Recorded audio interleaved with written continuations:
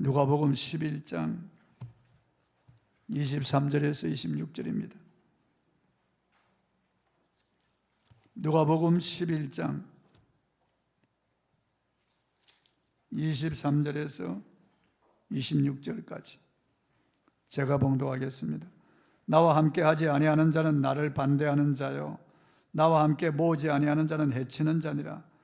더러운 귀신이 사람에게서 나갔을 때 물 없는 곳으로 다니며 쉬기를 구하되 얻지 못하고 이에 이르되 내가 나온 내 집으로 돌아가리라 하고 가서 보니 그 집이 청소되고 수리되었거늘 이에 가서 저보다 더 악한 귀신 7을 데리고 들어가서 거하니 그 사람의 나중 형편이 전보다 더 심하게 되느니라. 아멘. 집주인이 누구인가? 집주인이 누구인가? 이런 제목으로 오늘 말씀을 통해서 은혜를 나누겠습니다. 저 북미에 가면은 붉은색 딱따구리가 있는데요, 그 딱따구리가 큰 나무에 올라가서 쫓아가지고 자기 집을 만듭니다. 그런데 집이 다 완성되면은 저 집안에 들어와 있는 저 아메리카 부엉이가 들어와서 집을 빼앗는 거예요. 오래 걸려서 집을 만들었는데 자기는 수고도 하지 아니하고 그냥 힘세다고 강도같이 집을 강탈해서 그 집에 떡 들어가지고 앉아 있는 거예요. 딱따구리는 어안이 벙벙해요. 집을 뺏겨버리고 말았어요. 뻐꾸기는 말이죠, 알을 낳을 때쯤 되면은 알을 품고 있는 새가 없는지 쭉 다니다가 알을 품고 있는 그 새 둥지를 보고요, 그걸 노리고 있다가 그 알을 품은 어미새가 잠시 자리를 비운 사이에 거기 가서 자기 알을 낳습니다, 하나를. 그리고 알을 낳은 다음에 다른 알을 하나 물고 가서 그걸 없애버립니다. 깨서 먹든지 없애버린다고. 그러면 그 어미새는 와서 뭐 비슷하니까 모르고 그냥 품고 있는 거예요. 그리고 드디어 이제 알이 까지고 거기서 새끼새가 나옵니다. 그 새끼새가 나와서 그때부터 이제 어미가 먹이를 사냥을 해다가 먹이는 거예요. 아주 헌신적으로 그 새끼들을 먹입니다. 한 10일에서 12일쯤 되면 어느 정도 새끼들이 자라면요, 이 새끼 뻐꾸기가 이 다른 새끼들을 밀어내는 거예요. 그 높은 둥지에서 떨어뜨립니다. 죽이는 거예요. 보통 4마리, 5마리 혹은 많으면 7마리, 8마리 새끼를 까는데 그 다 죽입니다. 다 떨어뜨리고 자기 혼자 남는 거예요. 그 어미새는 그것도 모르고 그냥 자기 새끼들이 실수해서 떨어져 죽은 줄 알죠. 그 뻐꾸기 그걸 자기 새끼인 줄 알고 부지런히 날라다가 먹이는 거예요. 먹이는 거예요. 그래서 뻐꾸기 새끼가 거기서 다른 자기 친어미가 아닌 다른 새가 날라주는 그런 먹이를 먹으면서 거기서 큽니다. 그리고 날개가 나오고 자라고 날아갈 때 좀 그냥 날아가 버리고 마는 거예요. 남의 집에 이렇게 알을 낳아서 자기는 힘들이지 아니하고 다른 새의 힘을 빌려서 자기 새끼를 이렇게 키우는 이런 얌체 같은 이런 뻐꾸기가 있고, 남이 수고해서 집을 만들면은 그 집이 완성되면 거기 들어와서 강탈하는 이런 아메리카 부엉이 같은 이런 새도 있습니다. 마찬가지로 우리의 이 마음의 집을 비워놓으면요, 이 마음의 집을 노리는 악한 영이 있습니다. 악한 영이 있습니다. 성경은 우리의 이 육체 안에 있는 마음의 집은 하나님이 거하시는 처소가 되기도 하고 마귀가 점령하는 마귀의 소굴이 되기도 한다고 말씀하고 있습니다. 그래서 우리 이 마음판은 전쟁판이에요. 예수님께서 요한복음 14장 17절에 그는 너희와 함께 거하시며 또 너희 속에 계시겠습니다 하고 그랬습니다. 또 요한복음 13장 23절에 예수께서 대답하여 이르시되 사람이 나를 사랑하면 내 말을 지키리니 내 아버지께서 그를 사랑하실 것이요 우리가 그에게 가서 거처를 그와 함께 하리라. 거처, 즉 집이란 말이에요.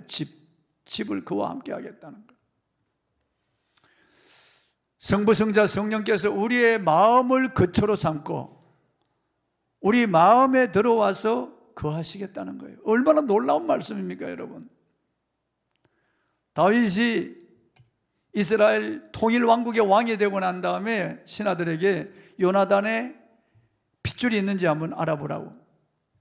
그래서 요나단의 자식 중에 다 죽었는데 머비보셋이라고 하는 아들이 살아있다고 하는 것을 알렸습니다. 그 머비보셋은 그 난을 피해서 도망가다가 시녀가 떨어뜨려서 두 다리가 불구가 되었어요.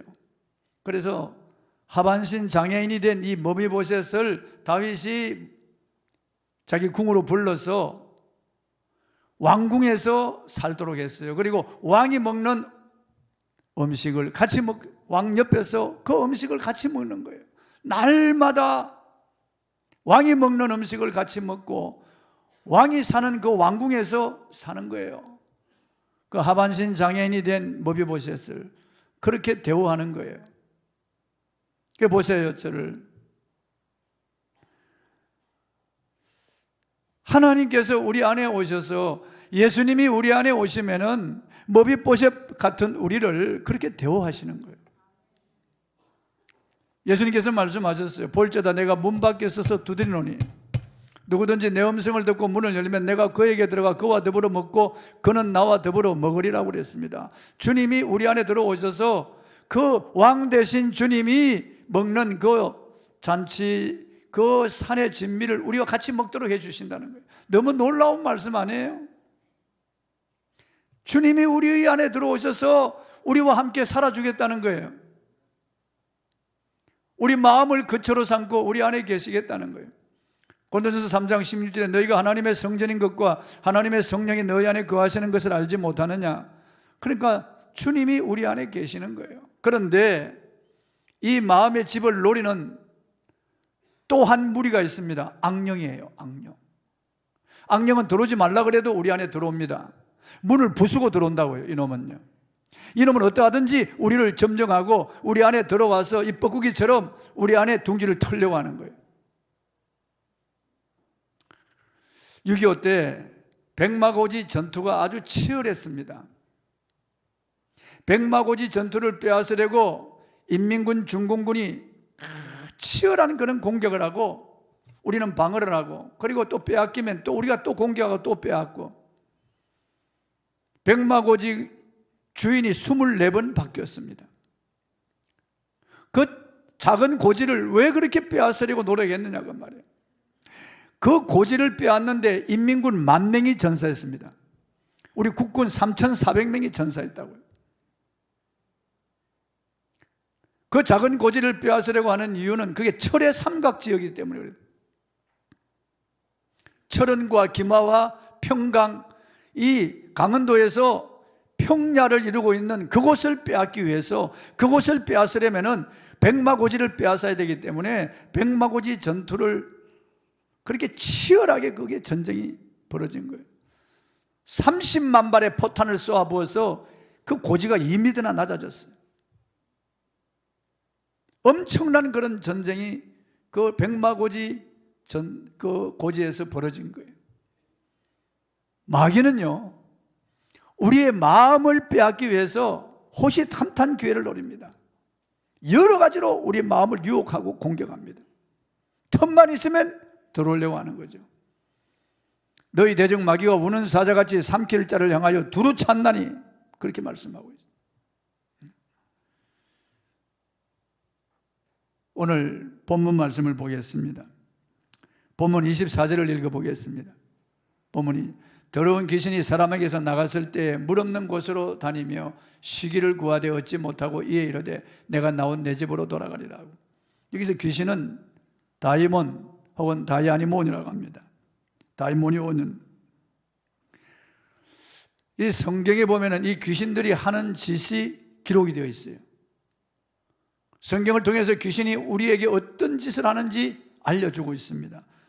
본문과 계시록 18장 2절에 더러운 귀신들이 있다고 하는, 이 더러운 귀신이 들어오면 이 생각이 더러워지고 말이 더러워지고 행동이 더러워지고 삶이 더러워지는 거예요. 사람을 더럽게 만드는 거예요. 사무엘상 16장 14절에 번뇌하게 하는 귀신이 있다고 했습니다. 잠을 이루지 못하게 하고 괴롭게 합니다. 불안해하고 두렵게 하고 염려, 근심, 걱정에 계속 시달리게 합니다. 그리고 민수기 5장 14절에 의심하는 귀신이 있습니다. 계속 의심하도록 만드는 거예요. 그래서 사울이 다윗을 계속 의심하게 만드는 거예요. 죽이려고 하는 겁니다. 역대하 18장 20절에 거짓말하게 하는 귀신이 있습니다. 거짓말을 진짜처럼 하는 거예요. 무슨 거짓말을 진리처럼 한다니까요. 입을 열면 거짓말하는 거예요. 신명기 18장 12절 마귀에게 붙이는 영, 접신의 영이 있다고 했습니다. 이 무당이 되는 거죠. 무당. 이 귀신이 임하면은 멀쩡하던 연예인이 그냥 무당이 되는 거예요. 멀쩡하던 자매가 무당이 되는 거예요. 이 귀신이 임하면. 이사야 19장 14절에 사특하게 하는 귀신이 있다고, 용서하지 못하게 하고 반역하게 하고 경노하게 하는 영을 말하는 거죠. 호시아 4장 12절에 음란의 영이 있다고 했습니다. 간음하게 합니다. 동성애하게 하고요. 이번에 원숭이 두창, 이것이 동성애자에게서 주로 한 90% 이상이 동성애자로부터 나오는 거예요. 동성애에서 나오는 거예요. A자하고 똑같은 겁니다. 천벌이죠, 한마디로. 사도행전 16장 16절에 점치는 귀신이 있다고 했습니다. 이게 뭐 동양철학이다, 관상사주다 해가지고 점을 치게 만드는 거죠. 요한일서 3장 8절에 미혹의 영이 있다고 했습니다. 미혹의 영, 이단에 빠지게 하는 영입니다. 로마서 8장 15절에 종의 영이 있다고, 즉 중독의 영이죠. 마약 중독, 알코올 중독, 그리고 게임 중독, 그리고 섹스 중독, 이 중독에 빠지게 하는 거예요. 주님은 이 귀신의 세력이 사람의 몸에 들어가기도 하고 나오기도 한다고 말씀하고 있어요. 요한일서 3장 8절에 예수께서 이 땅에 오신 목적은 이 귀신의 일을 멸하기 위해서 오셨다고 했습니다. 마가복음 3장 27절에 주님이 이 땅에 오신 것은 강한 자인 귀신들을 묶고 그의 집을 약탈하여 압박당하는 자들을 해방시키기 위해서 오셨다고 했습니다. 마가복음 1장 39절에 이에 온 갈릴리에 다니시며 그들의 여러 회당에서 전도하시고 또 귀신들을 내어 쫓으시더라고 그랬어요. 누가복음 7장 21절에 귀신에게 고통당하는 많은 병든 자들을 고치셨더라, 그렇게 말씀하고 있어요. 본문에 한 사람에게 들어갔던 이 귀신이 그 사람에게서 쫓겨났어요. 그래서 물 없는 곳을 다녔다. 물 없는 곳으로 다니며라고. 물 없는 곳을 찾아다니는 거죠. 성경에서 이 물은 충만한 하나님의 은혜고 성령의 역사요, 그리고 하나님의 말씀의 능력을 비유해서 물이라고 해요. 물. 예수님께서 요한복음 4장에 이 물을 마시는 자는 다시 목마르려니와 내가 주는 물은 목마르지 아니하고 영생하도록 그 속에서 솟아나는 샘물이 되리라고 말씀하셨는데 그게 성령의 은혜를 말하는 거예요. 요한복음 7장 37절 38절에 보면은 예수께서 명절 끝날 곧 큰 날에 외쳐 이르시되 누구든지 목마르거든 내게로 와서 마시라. 그 배에서 생수의 강이 흘러나리라. 이는 믿는 자들이 받을 성령을 가리켜 말씀하신 것이라고 했습니다. 생수의 강, 생수의 강. 에스겔 47장에 보면은요, 성전 문지방에서부터 샘물이 터져서 그 물이 흘러가는데 1,000척을 재니까 발목까지 오르고 또 1,000척을 재니까 무릎까지 올라오고 또 1,000척을 재니까 허리까지 올라오고 또 1,000척을 재니까 물이 창일해서 헤엄을 칠 정도의 물이 되었다. 즉 시내가 되어서 흘러가는 거예요. 그리고 강물이 됩니다. 그 물이 흘러가는 곳마다 죽었던 개펄이 살아납니다. 그 강물이 흘러가는 곳마다 오곡백과가 물어있고 그리고 어족이 풍족해서 그물 치는 곳이 되는 거예요. 엄청난 이런 역사죠. 성전 문지방에서부터 시작되네요. 예루살렘에서부터 시작된 이 복음의 역사, 이 성령의 역사가 예루살렘으로부터 시작해서 유대, 사마리아 땅끝까지 계속 흘러가면서 살리는 역사가 일어나는 거예요. 생수의 강이 흐르는 거죠. 생수의 강이 흐르는 거죠. 그런데 마귀는 언제나 이 물 없는 곳을 찾아다니는 거죠. 이 성령의 은혜가 없는 곳. 하나님의 말씀이 없는 심령을 귀신같이 알고 찾아다니는 거예요. 그 속에 들어가려고, 그 사람에게 헤집고 역사하려고 들어가는 거예요. 물 없는 곳으로 다니며 시기를 구하되 얻지 못하고 그랬어요. 물 없는 곳으로, 은혜가 없고 타락하고 부패한 심령, 주님의 다스리심을 받지 못하고 그리스도의 통치를 받지 못하는 중간지대의 영혼을 찾아다니는 거예요. 이 귀신이 그 사람에게서 나왔지만은 마땅한 처소를 구하지 못합니다. 자기가 들어갈 집이 없어요. 그래서 이전에 거하던 그 사람이 거하던 그 집으로 가보았습니다. 예, 이르되 내가 나온 내 집으로 돌아가리라 하고 그 집으로 돌아가라고 그 사람의 인격적 특성을 알고 본질적 특성을 잘 알고 있기 때문에 다른 사람에게 들어가는 것보다 아직 그 집에 주인이 없다면 그 집에 들어가는 것이 좋다고 생각하고 자기가 전에 있던 그 사람을 찾아와 보았어요. 본문 25절입니다. 가서 보니 그 집이 청소되고 수리되었거늘 속담에 빈집의 우환이라고 하는 말이 있지 않습니까? 도둑은 빈집만을 골라 그 빈집을 틉니다. 과거 나홀로 집에라고 하는 영화가 있었습니다. 가족들이 모두 여행을 떠날 때 어린아이 한 명을 두고 떠납니다. 그 아이가 따라오는 줄 알고 그렇게 떠난 거죠. 그런데 사실 그 아이 케빈이라고 하는 아이가 거기 남았어요. 그런데 그 집에 도둑이 들었습니다. 그 도둑과 이 소년이 서로 그 집에서 서로 이렇게 돌아다니면서 결국 도둑을 잡는 그런 내용이에요. 그러나 여러분, 어린아이가 도둑을 잡을 수가 없습니다. 빈집에 아이 혼자 있으면 대단히 위험한 거예요. 악하고 더러운 귀신이 나갔다고 문제가 해결되는 게 아닙니다. 심령이 청소되고 수리되었다고 문제가 해결되는 게 아닙니다. 기독교의 제도나 따르고 여기 와서 세례받고 직분 받았다고 해서 되는 것이 아니에요. 물리학적으로 볼 때 진공상태는 없다고 하는 것입니다. 빈 곳에 무엇이 들어가든지 들어가게 되어 있다는 겁니다. 그렇습니다. 우리의 마음에 선한 것으로 채우지 않으면 악한 것으로 채워지기 마련이에요. 귀신의 세력은 인간의 힘으로 당할 수가 없습니다. 쫓겨나간 이 귀신의 세력은 절대로 없어지지 않습니다. 악령은 언제나 역습의 기회를 노리고 있으며 옛날 그 집을 탈환하려고 가전 개개를 다 부리고 있다는 것을 알아야 합니다. 할 수만 있다면 택한 자들도 미혹한다고 했습니다. 악령들은 인간에 비해 큰 능력이 있습니다. 천사장 미가엘도 사탄을 대할 때 함부로 해방하는 말을 쓰지 못했다고 했습니다. 하지만 이 사탄의 능력은 하나님의 능력에 비하면 아무것도 아니에요. 그러므로 주님을 믿는 여러분, 귀신을 너무 두려워하지 마시기 바랍니다. 전능하신 하나님을 의지하고 주님을 모시고 살아가는 사람은 귀신이 역사할 수가 없어요. 시편 63편은 다윗의 시로 유명한 시입니다. 그가 유대 광야에 있을 때 지은 시입니다. 시편 63편 1절에 하나님이여 주는 나의 하나님이시라 내가 간절히 주를 찾되 물이 없음 마르고 황폐한 땅에서 내 영혼이 주를 갈망하며 내 육체가 주를 앙모하나이다 했습니다. 시편 63편 3절에는 주의 인자하심이 생명보다 나음으로 내 입술이 주를 찬양할 것이라 그랬는데 여기 인자는 헤세드로서 인애, 은혜라고 하는 말과 바꿔도 괜찮습니다. 다윗이 그 불안하고 두려운 시기에 악령에 잡히지 아니하고 평안을 노래할 수 있었던 것은 오직 하나님의 은혜가 그 안에 있었기 때문이에요. 시편 57편도 사울을 피해서 굴에 있을 때 지은 시입니다. 그 1절에 보면 하나님이여 내게 은혜를 베푸소서 내게 은혜를 베푸소서 내 영혼이 주께로 피하되 주의 날개 그늘 아래에서 이 재앙들이 지나가기까지 피하리이다 그랬습니다. 시시각각으로 다가오는 죽음의 공포 속에 잠도 편하게 자기 어려운 극심한 스트레스의 상황에서 다윗은 원수들이 광야 덤불에 불을 질러 불길이 타오르고 사자가 우러대는 가운데도 그런 것들에 집중하지 않고 하나님께만 집중하기로 마음을 먹었습니다. 오직 하나님의 은혜만 있으면 그 모든 것들을 이길 수 있고 하나님의 은혜가 있으면 그런 환경 가운데서도 평안을 노래할 수 있다라고 하는 것입니다. 여러분 저를 보세요. 여러분 은혜가 가장 중요합니다.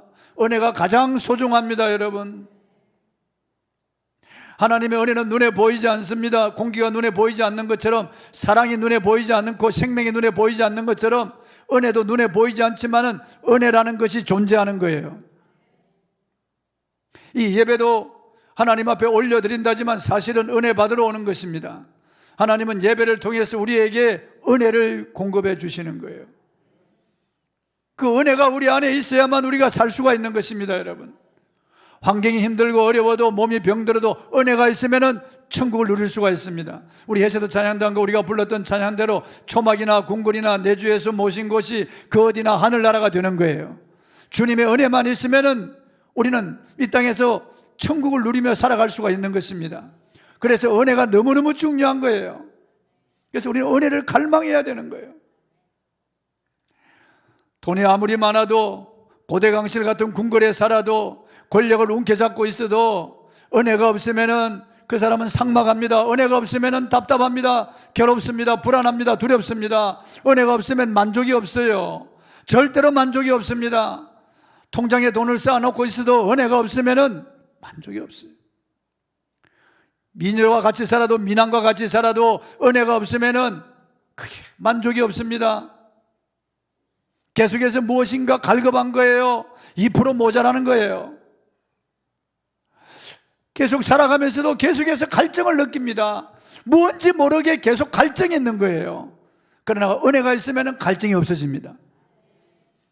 그 세상 무엇도 부러운 것이 없어지는 거예요. 콧노래가 나오고 감사와 찬송이 나옵니다.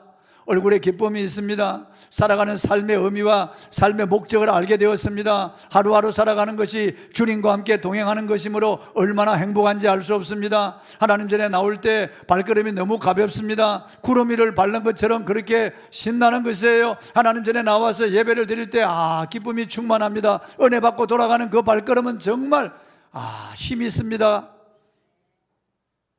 세상 사람들이 알아주지 못해도 은혜 받은 그 심령, 은혜가 있는 그 심령은 정말 황홀한 것입니다. 행복한 것입니다.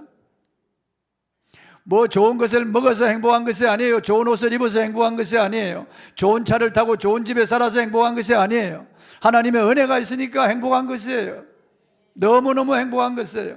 그래서 다윗은 아둘람 굴에서도 행복했어요. 광야에서도 행복했습니다. 왜냐하면 하나님의 은혜가 그에게 임하였기 때문에 그렇습니다. 그래서 그는 광야에서나 동굴에서나 궁궐에서나 똑같았어요. 은혜가 없는 심령은 사는 법이 없다고 옛날 목사님이 그렇게 노래했습니다. 그렇습니다, 여러분. 귀신은 물 없는 곳을 찾아다닌다고요. 은혜가 없는 심령을 노린다고요. 하나님의 은혜가 없는 심령을 노리고 거기에 귀신이 들어가려고 합니다. 거기에 분탕질을 하는 거예요. 거기 와서 더 괴롭히는 거예요. 더 괴롭히는 거예요. 본문 26절입니다. 읽어보겠습니다. 이에 가서 저보다 더 악한 귀신 7을 데리고 들어가서 그 안이 그 사람의 나중 행편이 전보다 더 심하게 되느니라.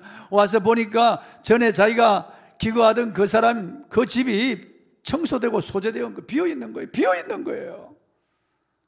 그러니까 이번에는 안 뺏기려고 자기보다 더 악한 귀신 7을 데리고 들어갑니다. 그 사람의 행편이 전보다 더 심하게 되는 거예요. 비참하게 되는 거예요, 여러분. 비참하게.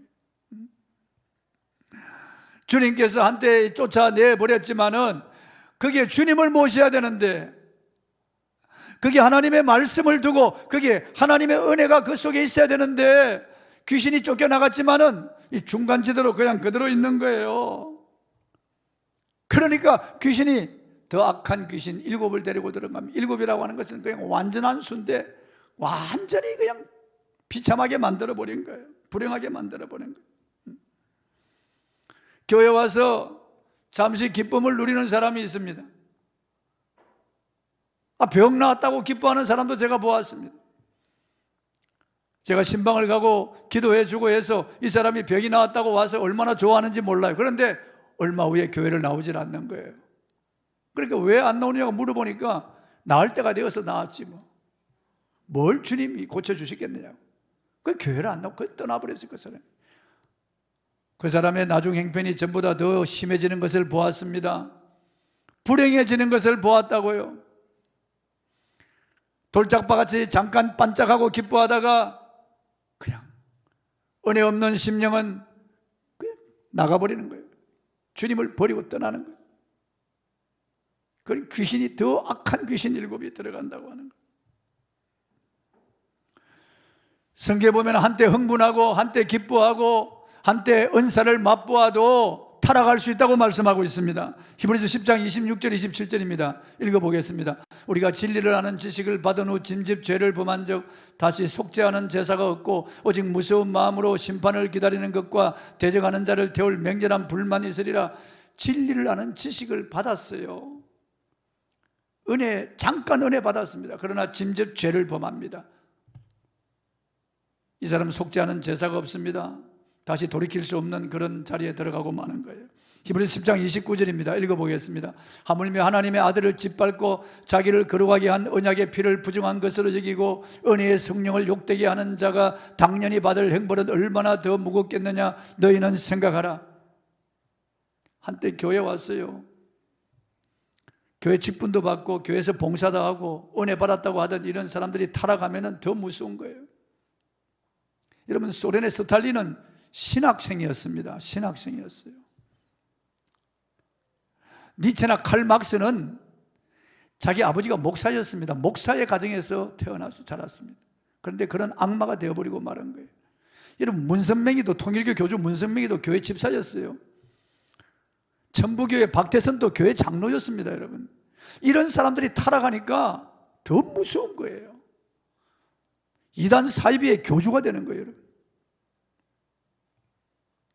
더 악한 귀신 7이 들어간 거예요. 더 악한 귀신 7이 들어간 거예요. 그러므로 우리는 비워두면 안 돼요. 하나님의 성령이 우리 안에 들어와서 우리를 다스리고 통치하도록 우리는 성령을 인정하고 환영하고 모셔드려야 돼요. 그리고 예수 그리스도와 함께하는 삶을 살아야 됩니다. 여러분, 언제나 주님 모시고 언제나 주님과 동행하는 삶을 살아야 됩니다. 항상 우리 안에 은혜가 흐르도록 해야 됩니다. 성령 충만 받아야 됩니다. 그래, 금요 철야 집회 때 와서 5분 동안 우리가 마지막에 성령 받기를 위해서 기도하잖아요. 아주 중요한 것입니다. 여러분, 그 성령 충만하고 은혜가 충만해야 한 주간 승리할 수가 있는 거예요. 그냥 비워두면 안 돼요. 소재해도 안 돼요. 청소해도 안 돼요. 하나님의 은혜가 우리 안에 충만하게 임하도록 해야 됩니다. 우리는 누군가의 통치를 받아야 돼요. 나 혼자 설 수 없어요. 우리 안에 악한 영이 들어오든지 아니면 성령이 들어오든지 둘 중에 하나예요. 중간이 없습니다. 여러분, 빈집은 우환이에요. 마귀는 우리에게 와서 속삭입니다. 너 마음에 아무것도 없는 그 상태가 자유로운 상태라고 말합니다. 뭐 누구의 간섭도 받을 필요가 없다고 말합니다. 너 인생은 너 것이니까 너 마음대로 살아라고 말합니다. 너 자유야. 그것이 너 독립선언해. 너 예수가 들어오고 그 안에 성령이 들어오면은, 야, 너는 그때부터 부자유스러워지고 속박당하게 되고 억압당하게 돼. 그때부터 너 자유가 없어져. 그래, 교회 나가야 되고 새벽기도 나가야 되고, 야, 너 그때부터 헌금해야 되고, 그때부터 너 시달리게 돼. 야, 그거 가지기면 그거 좋지 못해. 마귀는 계속해서 우리에게 와서 비우라는 거예요. 그냥 빈집으로 그대로 두라는 거예요. 그것이 너 자유요. 너가 너 집의 주인이고 너 인생의 주인이지 누구를 초청하고 그 속에 뭘 두겠다는 거냐. 그러면 여러분, 레일을 벗어난 기차는 자유로울 수가 없습니다. 파멸입니다. 여러분, 운전대를 놓아버린 자동차는 자유롭게 되는 것이 아니라 위태로운 것입니다. 그 자동차 안에 평화와 자유를 누리는 것은 바른 운전자가 핸들을 잡고 있을 때만 가능한 것입니다. 내 안에 내가 주인이 되면 우린 불행한 것입니다. 여러분, 주께서 우리 안에 오셔서 우리를 다스리시고 통치해 주시도록 요청해야 됩니다. 여러분, 예수 그리스도 그분만이 우리의 영원한 주인이 되시는 분이에요. 여러분, 내가 주인이 되면 파멸이에요. 사탄은 계속해서 너가 주인이라고 말합니다. 너 인생은 너 것이라고 말하고 그것이 자유라고 말합니다. 그러나 사실은 사탄이 들어와서 점령하려고 하는 거예요. 인간이 하나님의 말씀을 따르지 아니하고 사탄의 말을 따라서 실패하고 세상으로 쫓겨나와서 저주받은 인생이 되어버리고 말았습니다. 그러므로 내 마음의 집을 비워두면 안 됩니다. 본문 23절을 읽어보겠습니다. 나와 함께 하지 아니하는 자는 나를 반대하는 자요, 나와 함께 모으지 아니하는 자는 해치는 자니라. 중간 노선이 없다는 거죠. 캐톨릭에서는 천국과 지옥 사이에 연옥이 있다고 그렇게 가르칩니다. 거짓말입니다. 여러분, 연옥이라고 하는 것이 없습니다. 그거는 외경에서나 나오는 그건 거짓된 말입니다. 여러분. 절대로 그럴 리가 없어요. 천국 아니면 지옥이라고 말씀하고 있습니다. 절대 중간이 없다고 말씀하고 있습니다. 나와 함께하지 아니하는 자는 나를 반대하는 자요, 나와 함께 모으지 아니하는 자는 해치는 자니라. 우리는 주님께 붙어 있어야 됩니다. 언제나 주님과 함께하는 삶을 살아야 됩니다. 그리스도 편에 서지 아니하면은 악한 영이 역사하는 거예요. 주께 붙어 있지 아니하면은 우린 가지처럼 밖에 떨어져 말라버리고 불사르게 되는 것입니다. 언제나 그리스도에게 붙어 있어야 되고, 언제나 예수님이 나의 주님이 되어야 되는 거죠. 언제나 우리 안에 주님의 은혜가 흐르게 해야 됩니다. 생수의 강이 흐르게 해야 됩니다. 그래야 귀신의 역사가 사라지는 거죠. 물이 없을 때 귀신의 역사가 일어나는 거예요. 우리 가정에 물이 없을 때 귀신의 역사가 일어나는 거예요. 그래서 우리가 마지막 송영 때 부르는 찬송이 있잖아요. 주의 은혜, 너의 자녀, 그 자녀의 자녀까지, 수천 대까지 하나님의 은혜가 흘러가도록 우리가 기도하고 우리가 성령 충만해야 되는 거예요. 나의 자녀뿐 아니라 그 자녀의 자녀까지, 그리고 계속 내 후손이 하나님의 은혜의 물에 흐르도록 잠기도록 계속해서 우리가 기도하고 성령 충만해서 나를 통해서 은혜의 물이 흘러가도록, 우리의 가정에 나를 통해서 하나님의 은혜의 물이 흘러가도록 해야 됩니다. 생수가 흘러가도록 해야 됩니다. 오곡백과가 좌우에 물어있고 어족이 풍족하고 그물 치는 곳이 되도록 하나님의 은혜가 우리 안에 잔잔히 흐르도록 생수의 강이 터지도록 만들어야 되는 것입니다. 그러므로 그리스도를 내 인생의 주인으로 모셔드리고 예수 그리스도와 함께 먹고 마시고 그리스도와 함께 동거하고 그리스도와 함께 동행하며 주님이 주시는 은혜가 우리 속에 흐르도록, 생수의 강이 우리 속에 흐르도록 계속해서 우리가 은혜 생활해야 됩니다. 우리의 마음은 바늘 구멍처럼 좁아지기도 하고 우주처럼 넓어져요. 우리의 마음의 넓이가 얼마나 되는지 알 수가 없어요. 이 마음의 지성소에 우리 주님을 모시고 주님과 함께 동거하는 거예요. 이 마음의 지성소에서부터 생수의 강이 터져서 흘러가는 거예요. 그러면 우리는 나만 사는 게 아니에요. 내 가정의 가족들이 살고 내 이웃들이 나를 통해서 사는 거예요. 그런 역사가 일어나는 거예요. 교회를 통해서 우리 한국, 대한민국이 사는 거예요. 그런 역사가 일어나는 거예요, 여러분. 할렐루야. 여기 들어올 때 코끼리 화학이 여기 있었습니다. 아주 썩은 냄새 나고 폐기물이 꽉 땅에 가득 쌓여 있었어요. 이걸 치우는데 그 8톤 트럭이 많이 와가지고 겨울에 오랫동안 이거 다 치워내는 거예요. 그 아주 안 좋은 곳이었어요.